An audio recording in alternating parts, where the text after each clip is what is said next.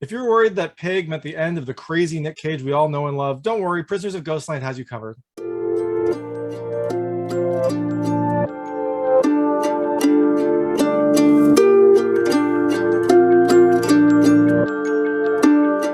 everyone, this is David Stark from Watch Our Pass, and I'm here to talk to you about Prisoners of Ghostland coming to theaters, VOD, and digital on September 17, 2021.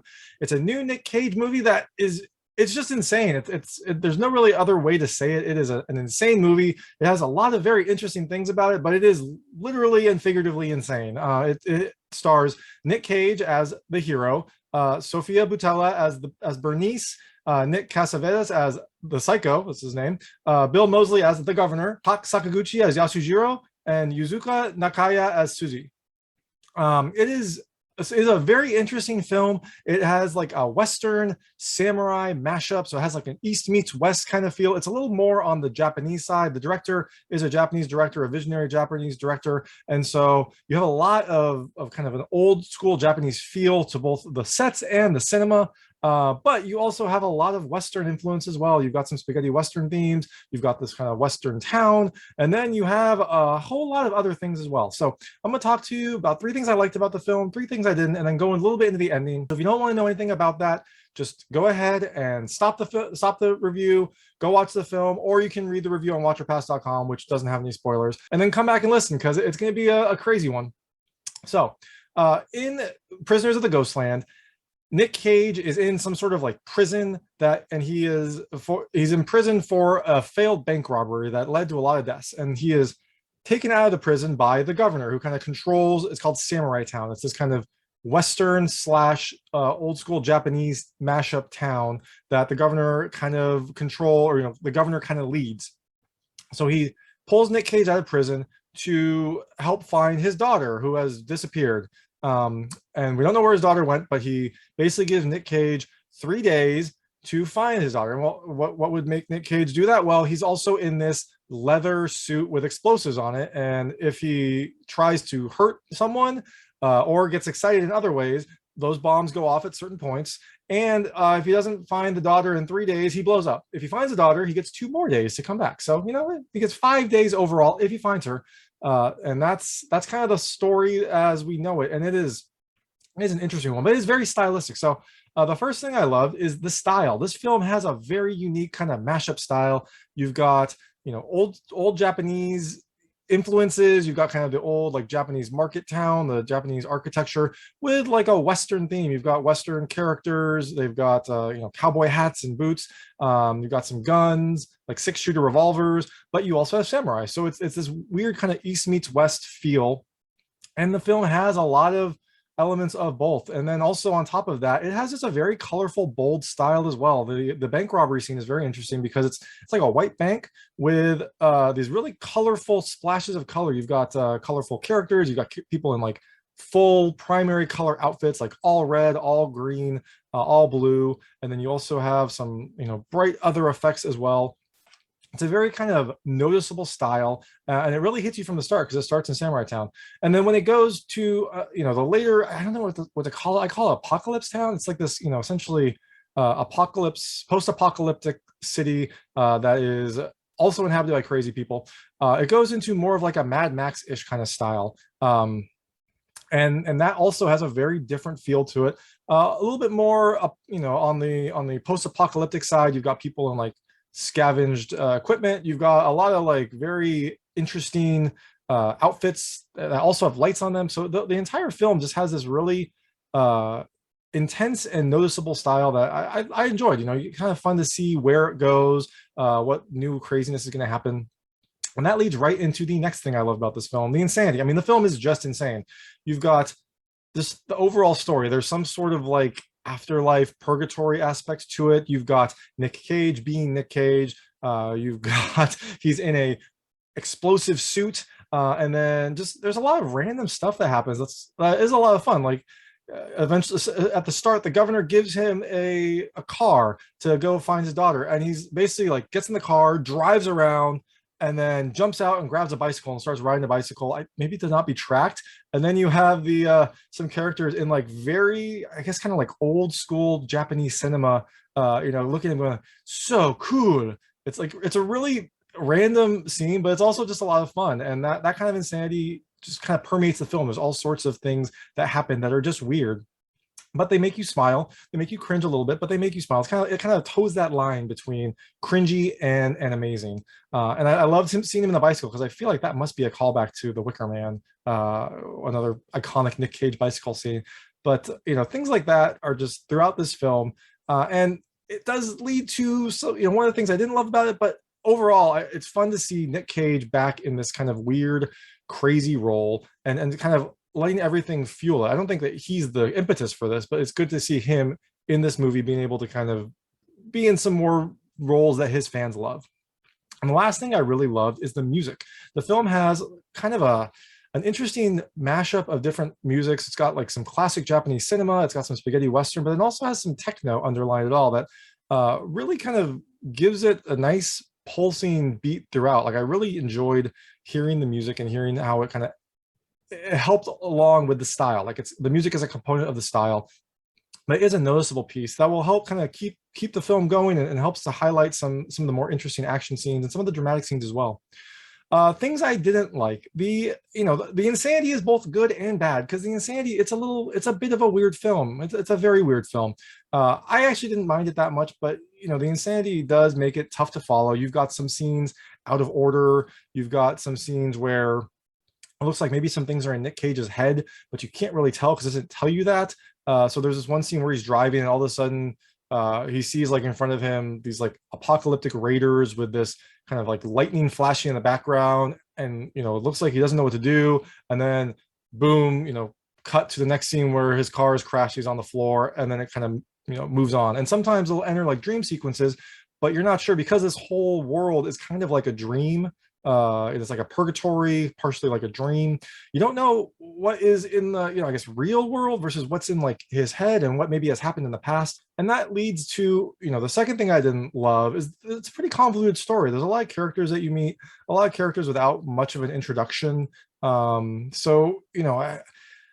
still don't necessarily understand the story, and I've seen it 2 times. Like I liked this film and I really enjoyed it. I still don't get the story, and I've even read the press notes too, and I don't really know what all is going on except for it's a mix of Western and Asian styles, and it's insane. So, and the story does make it kind of tough to follow because you don't know. Nic Cage kind of comes back as like a liberator for this town, but I didn't really necessarily understand. It seems like maybe the people in the apocalypse town were abandoned by samurai town and kind of left to their own devices, and they've been kind of surviving as well, and so they want to kind of return and take over the tyranny of samurai town, but it's not 100% explained.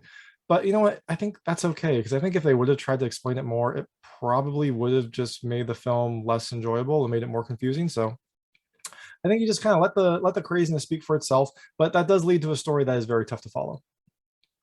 And the last thing I didn't love is there are some deeper messages, but I'm not sure what they all are. And that's again part of this kind of overall theme of craziness in the story that's kind of tough to follow. I feel like, and don't quote me on this because I'm not sure, but I feel like there is a little bit of kind of a, there's an underlying message of Japan and Japan's kind of reliance on the West and the good and the bad that has come from that. And it seems like in the film, it's been mostly bad, which I understand, there are some bad things that have happened in Japan. And so I think that that's part of what this film is looking into. It's looking at like, idealistic old school Japan, and then some of the modern Western influences that have changed it and, potentially corrupted it, potentially, governed where it went. And then also, I think it's looking at some of the modern vices as well. There's a lot of, maybe like a fear of technology involved in it. There's, the Nic Cage's tech suit is kind of like controlling what he does. So there's a lot of very interesting mixed messages in the film, but I don't really know if they all come to fruition. Maybe I have to see it again. Maybe a third time I'll understand, or maybe if I watch some more notes with the director, maybe I'll get some more out of it. But it has some deeper messages. It was tough to follow. And so like, I think all three of my things kind of boil down to the insanity and the craziness of the film. but I also don't know if I would change it because it is just a very unique experience. It's a film that you wouldn't normally see, and it's a film that kind of has a very specific style that bleeds through in the end product. So going to the ending, which you can the end if you just watch the ending, you'll see some of the insanity that happens in this film. The ending is like the rest of the film, insane. So Nic Cage went out to get Bernice, who's the daughter of the governor who was captured, and so he goes to Apocalypse Town. He finds Bernice. He hears the story about this, I guess, this kind of nuclear waste that was being hoarded, because to kind of feed the I guess the energy in the area. And so, but that waste eventually collided with a different, or that waste eventually caused an accident that kind of, I guess, destroyed the area, or at least made it seem destroyed. And so I think Apocalypse Town was kind of abandoned by Samurai Town. That's where Bernice is. And so he gets there, he kind of learns, I think he learns more about what happened and kind of convinces them that he can be trusted, and also that he wants to help them. But all this is done in very interesting kind of like Japanese theater type performances. You've got this kind of like chorus behind that's kind of helping to tell the story, and you've got this stage that shows like paintings of what happened. It's a very stylish, this film is stylish. It's a very stylish way to tell that story. But so eventually Nic Cage returns to Samurai Town with Bernice, and he, everyone's happy, the governor's happy, but then he threatens to kill her to get the key that will unlock his explosive suit, so he can finally get out of this explosive suit. He's surrounded, and then Bernice's sister Suzi jumps on a Gatling gun that just happened to be there and just starts mowing people down, which again, it's just like, all right, great, like she's on a Gatling gun now. And so the people that were surrounding Nic Cage, they start shooting at him because they're worried. They hit Bernice and they also hit him, but Nic Cage is not phased, and he starts fighting. While this is happening, Bernice takes her injured sister Suzi, I guess she got injured in that fight, in like a cart, and as she's leaving, she finds the governor's assassin, who, rather than stopping her, helps her. He goes and like stops the people pursuing her. So you can see kind of like some of the sides being drawn here. You've got Bernice and Suzi, trying to, I guess, overthrow the governor, and trying to, I think that was why Bernice left. It was try to overthrow the governor, at least try to get away from him. And you find out earlier that Bernice is not actually the governor's daughter. She was involved in the bank robbery that Nic Cage went to prison for, where a bunch of people died, and the governor kind of took her under his wing and raised her kind of as his daughter, but in like a controlling, evil kind of way. But so you start to see some of the sides being drawn. So Yasujiro is on Bernice's side, but he's not 100% on like Bernice and Nic Cage's side, as you'll see later. But he at least helps Bernice to escape. So we go back to Nic Cage, who is now fighting a mountain of enemies, and his hand was wrapped. And I don't remember why his hand was wrapped. It was like an injured hand, but he's fighting, and he's using his arm to stop things. And then one of the people pulls off his arm, his like wrapped hand, and he's got like a sword arm. Like his arm is like encased in metal and like deformed, and there's a sword coming out at the end. And so now he has a sword arm. It's kind of like like this. And so now he's fighting like that. Of course, why not? Sure. It makes for at least a fun scene. We scroll back to Bernice, who hides her sister and basically says, like, you're not a prisoner anymore, you can go, which, I think they're both trying to escape from the governor's grasp here. Suzi stayed behind, but she was a little bit more defiant, a little bit more unhinged, and Bernice left. So now they're both back, and I think Bernice is trying to save her sister from the governor. And then Nic Cage and Yasujiro finally fight. I mean, this has been a showdown that's been coming, because Yasujiro was Yasujiro's always been kind of an antagonist to Nic Cage, although he's never hurt him. He's always been kind of there watching him in some of the earlier scenes. So now they're finally going to fight, and you've got sword-trained Yasujiro and Nic Cage with a sword arm. So it goes about as you'd expect, except Nic Cage wins. But this does have a very funny scene. Like in the spirit of this kind of craziness, there's a lot of randomness that happens in this film. The bicycle scene was one example. In this one, they're fighting, and I think like Nic Cage punches Yasujiro in the nuts, and there's like a pinball kind of ding, or like a carnival kind of ding sound when that happens, and then Yasujiro kicks Nic Cage in his nut. He lost one earlier due to his suit. And so and then they both kind of like sit there and stop and take a breather and like take a halftime. You know, they don't say anything. They just kind of like sit there and bend over and start taking some deep breaths and take a halftime. And then they resume their fight later. So it's got a lot of things like that that are just, they're just kind of weird to be weird, but they're also very enjoyable. So after this, Yasujiro and Nic Cage, they keep fighting, and then Yasujiro sheaths his sword in like a Rurouni Kenshin style. So he's like, he gets ready for that draw, and he goes and draws and like slashes at Nic Cage, and Nic Cage ducks and then uses his sword arm to slash Yasujiro. And then that's into the fight. Nic Cage got the killing blow. Yasujiro is dead. We then see Bernice confronting the governor, who's trying to drag Suzi back. He found her because he went looking for her earlier, and now he found her. He's trying to drag her back. And Bernice tells him to stop, and she pulls a gun on him. And there's a tense standoff where she tells him to get away, and he says, you know, essentially like, I don't need you. I'll just find another girl to replace you.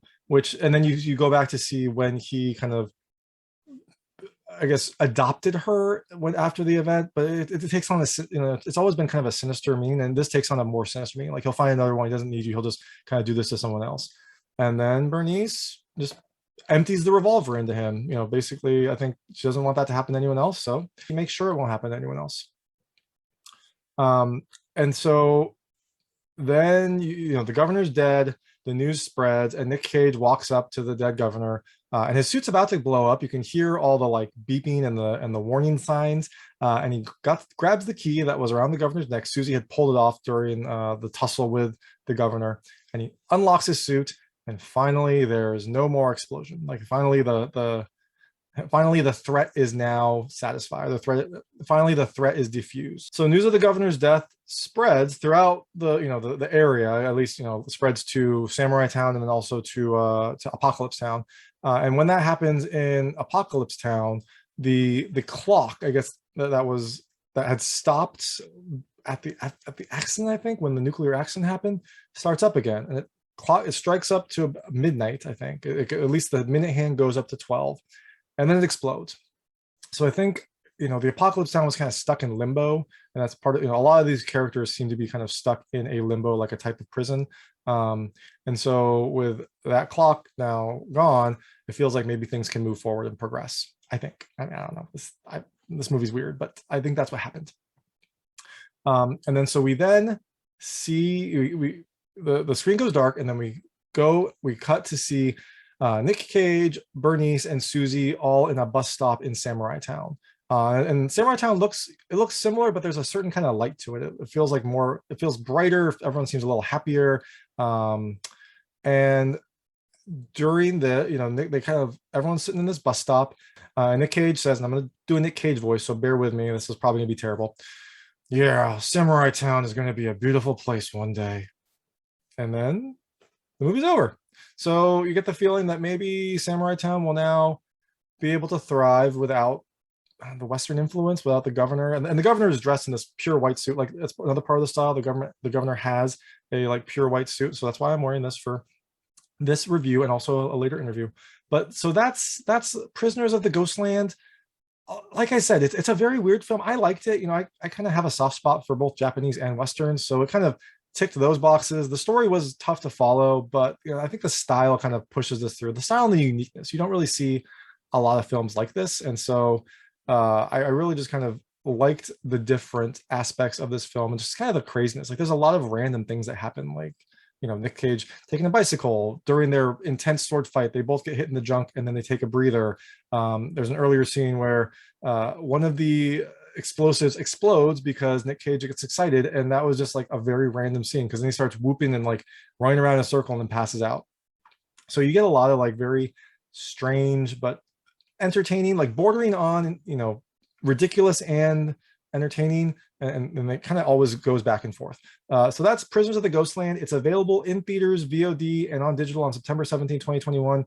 I think my recommendation is watch it, but this is also kind of a uniquely interesting movie to me. If it doesn't sound like something you'd like, you might want to wait to rent it. But I think it was just fun to see Nic Cage back in another crazy role and to see this kind of unique style. So thanks so much for watching. If you liked this review, please like and subscribe to this channel. It helps me out a lot. Make sure all my new content goes straight to you. Thank you.